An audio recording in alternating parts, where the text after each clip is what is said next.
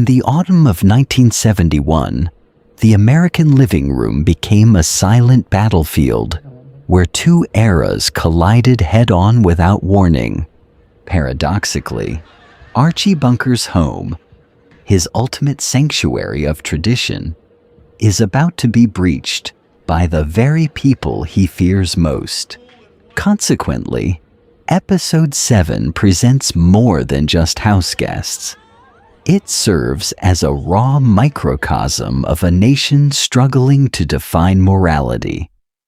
While Mike sees his friends as free-spirited travelers bound for Europe, Archie sees them as a direct assault on his Christian values.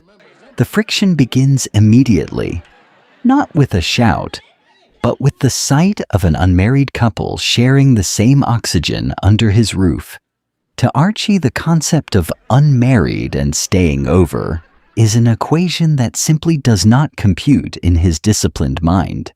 This irony leads to a standoff that reflects the vast cultural chasm separating the greatest generation from the counterculture movement. Archie's objection isn't merely stubbornness. It is a desperate attempt to protect a moral compass he feels is spinning out of control. Meanwhile, Mike's frustration grows, unable to comprehend why a simple act of hospitality must transform into a trial of lifestyle. Furthermore, the guests themselves represent a new America, relaxed, nomadic, and completely unimpressed by Archie's suburban rules. In the broader context, this living room debate is a rehearsal for the social revolutions that would soon reshape every American household. Every time Archie mentions decency, it feels like a relic from a black and white era being forced into a colorful, chaotic reality. Paradoxically, it is Edith who tries to bridge the gap with her quiet, confusing, yet profoundly human sense of kindness. However, Archie's pride is a heavy anchor, preventing him from seeing the humanity behind the long hair and the travel bags. As the night progresses, the dialogue shifts from sharp insults to a weary circular argument that drains the energy from the room. This leads to a fascinating realization. Archie isn't just fighting his guests. He is fighting the passage of time itself. Every hour that passes into the early morning is a reminder that the world he knew is slowly slipping through his fingers. Consequently, the humor in this episode is bittersweet, found in the absurdity of a man defending a fortress that is already open. Mike and Gloria, caught in the middle, represent the struggle of a generation trying to balance loyalty to family with loyalty to truth. Their exhaustion mirrors the national fatigue of 1971, a year where everyone was tired of shouting, yet no one knew how to stop. The sharp wit of the script shines when Archie tries to use logic to justify a prejudice that is purely emotional. It's a masterful performance by Carol O'Connor, who portrays Archie's internal panic with a mix of bluster and vulnerability. Paradoxically, we find ourselves laughing at his ignorance while simultaneously feeling a strange pang of sympathy for his confusion.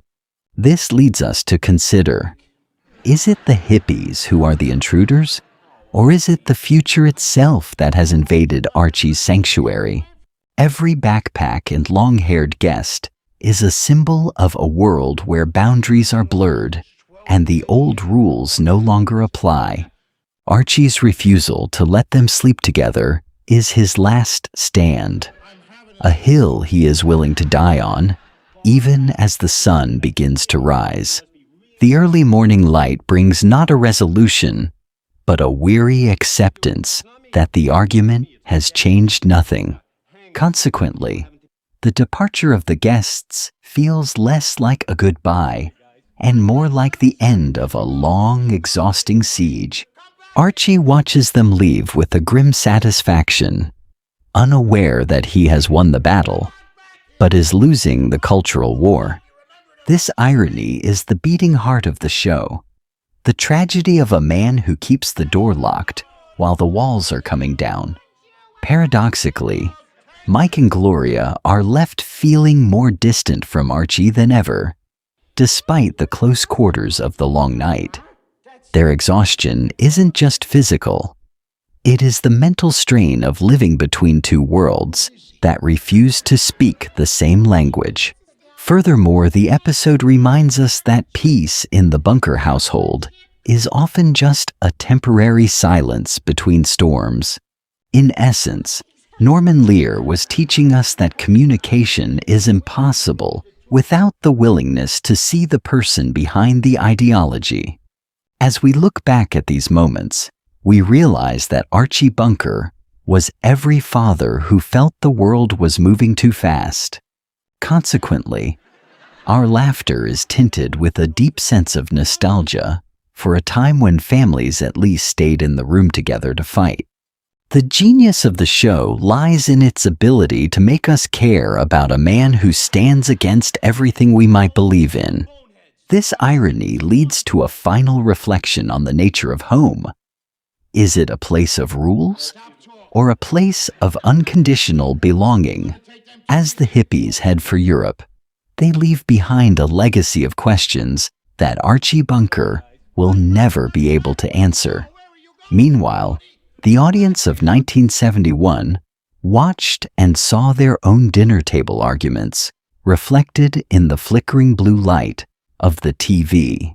Every line of dialogue was a bridge or a barrier, depending on which generation you identified with. In conclusion, Episode 7 is a masterclass in tension, proving that the most explosive wars often happen in the quietest suburbs. If this trip down memory lane sparked a thought, or a memory of your own family debates, please share it in the comments. Your support through likes and subscriptions helps us continue preserving these vital pieces of television and social history. For those who lived through the 70s, what was your Archie Bunker moment? We would love to hear from you.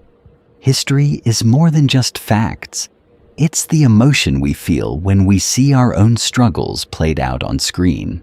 Until next time, keep looking back to understand the present and stay nostalgic for the stories that made us who we are.